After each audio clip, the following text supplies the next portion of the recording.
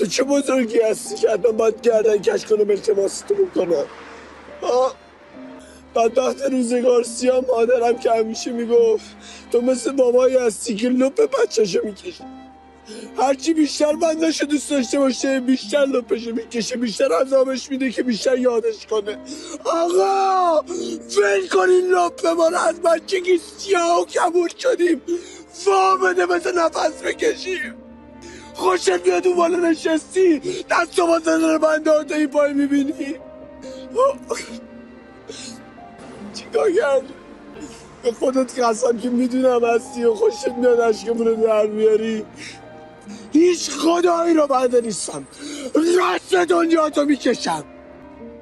مشتی دست پشت بر ندارم، من که جزو کسی رو ندارم.